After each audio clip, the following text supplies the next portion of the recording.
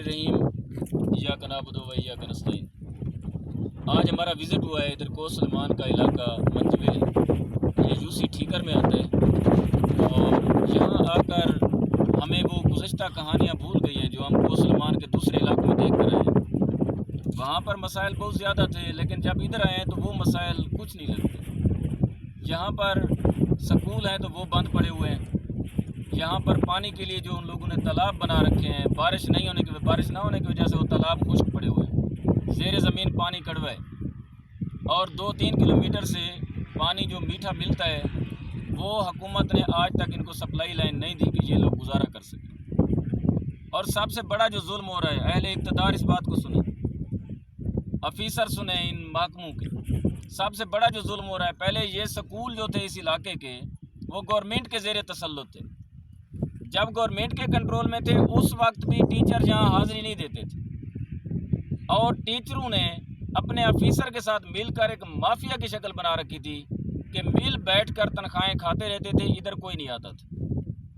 फिर हुकूमत ने फैसला किया कि क्योंकि ये लोग जाते नहीं हैं, लिहाजा इन स्कूलों को गोश्त स्कूल का नाम देकर भी NGOs के हवाले कर देते हैं, पैफ के हवाले कर देते हैं, ताकि वो लोग प्राइवेटली इनको चलाएंगे और हुकूमत उनको पे करेगी। अब एक और जुल्म सामने आया, वो ये कि वही माफिया जो पहले गवर्नमेंट स्कूलों को तबाह कर रहा था, अब वही माफिया NGOs को अपने बंदों के तहत मैनेज करके कोई NGO का सुपरवाइज़र बन गया, कोई NGO का कोऑर्डिनेटर बन गया। यानी पहले गवर्नमेंट स्कूलों को तबाह किया हुआ था, अब NGOs को वही ऊपर रिपोर्ट दे रहे हैं कि आल ओके, जबकि स्कूल वैसे के वैसे बंद पड़े हुए। अहले इक़्तिदार बताएं, अफीसर बताएं, तुमने मरना नहीं है। मैं टीचरों से कहता हूँ, क्या तुमने मरना नहीं है? अल्लाह के सामने नहीं जाना। मैं सुपरवाइज़र से कहता हूँ, जिसके मुख्तलिफ नाम भी हैं, अभी मैं नाम लेना उसका मुनासिब नहीं समझता क्योंकि उसको मैं जवाब देने के लिए टाइम देता हूँ। क्या आप लोगों ने मरना नहीं है कि भाई आप एक इलाके के तमाम बच्चों को जहालत में रखने पर आप बज़िद हैं? कौन सा इंतकाम ले रहे हैं इस इलाके से? क्या ये लोग वोट कास्ट नहीं करते? क्या ये लोग पाकिस्तानी नहीं हैं? क्या ये लोग इंसान नहीं हैं? क्या आप अपने बच्चों को इसी तरह जहालत में रखना पसंद करेंगे? जवाब आपका यकीनन यही होगा कि आप अपने बच्चों को कभी जहालत में बर्दाश्त नहीं कर सकते। तो अगर ऐसा है तो क्यों स्कूलों को तबाह किया? पहले जो स्कूल गवर्नमेंट के थे उनको आप लोगों ने तबाह किया हुआ था, हाज़िरी नहीं देते थे। फिर गवर्नमेंट ने NGOs के हवाले किए तो आप लोग अपने लोगों के ज़रिए NGOs के सिस्टम पर भी मुसल्लत हो गए और NGOs की भी हाज़िरी ओके ऐसे जारी औरल जा रही है। यहाँ पर ना कोई टीचर आता है, ना कोई बच्चों की क्लास लगती है। बात कि यहाँ पानी की मैंने अभी बात की है, ये मैं देख रहा हूँ कि 2-3 किलोमीटर के फासले पे पानी मीठा है ज़ेर ज़मीन, और जहाँ मैं बैठा हूँ बड़ी वादी है जहाँ पानी कड़वा है।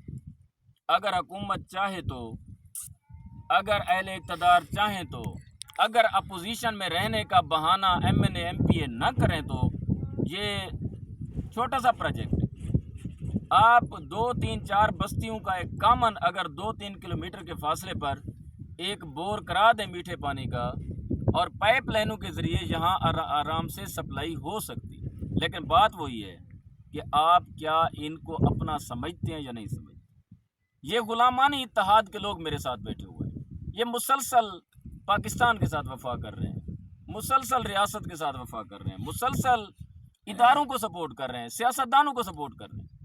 लेकिन यहाँ पे सवालिया निशान छोड़ रहा हूँ ख्वाजा शिराज के लिए, हाफिज़ ताहिर कैसरानी साहब के लिए और अहले इक़्तिदार के लिए, और यहाँ इन इदारों पर बैठे हुए अफीसरों के लिए कि ये तो अपनी वफा निभा रहे हैं रियासत के साथ भी, इदारों के साथ भी। तुम लोगों ने क्या किया इनके लिए? अगर कुछ नहीं किया तो अल्लाह से डरें, अपने बच्चों की फ़िक्र करें, अपनी आखरत की फ़िक्र करें। किसी कौम के बच्चों को जहालत में रखना, किसी कौम को प्यास में रखना, किस मुंह से जाओगे अल्लाह के सामने?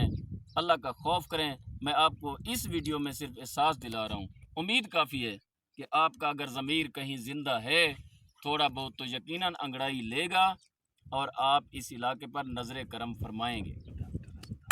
اور سر ایک چیز ہے جو یہاں کے میڈیکل سسٹم ہے نا، وہ یہاں سے آپ توسہ شریف سے جب روانہ ہوئے تھے تب سے لے کے یہاں مطلب بھارتی تک ہے، جیسے پل بھی ہے وہاں پہ، تو یہاں پہ جو میڈیکل کا سسٹم ہے وہ بھی نہیں ہے، تو اس کے اوپر سسٹم بالکل وہ بھی نہیں ہے نا بھائی وہی نا، میں تو وہی گزارش کر رہا ہوں کہ جب ادھر آئے ہیں تو ہمیں کوسلمان کے دوسرے مسائل بڑے چھوٹے لگنے لگے ہیں. یہ مسائل تو ادھر ماجگاہ بنا ہوا ہے مسائل کی. یہ علاقہ نہ کوئی میڈیکل کی سہولت ہے، نہ تعلیم کی سہولت ہے، اور نہ پانی کی سہولت ہے. میں حیران ہوں کہ یہ ان تین بنیادی سہولتوں کے علاوہ آپ کس معاشرے کو کہہ سکتے ہیں کہ وہ انسانی معاشرہ ہے؟ جس معاشرے میں تعلیم نہیں ہے اس معاشرے میں آپ کیسے کہہ سکتے ہیں کہ یہ انسانی معاشرہ ہے؟ آپ لوگوں نے، اہل اقتدار نے تو اس علاقے کو جنگل کا ماحول بنا کے رکھا ہوا ہے. لہٰذا گزارش وہی ہے کہ ان لوگوں کے ساتھ بیٹھیں اہل اقتدار، اور ان کے جو معاملات ہیں ان کو حل کریں، اپنا بھی جو فرض ہے وہ نبھائیں، اور اپنی روزی آپ کو پاکیزہ کریں،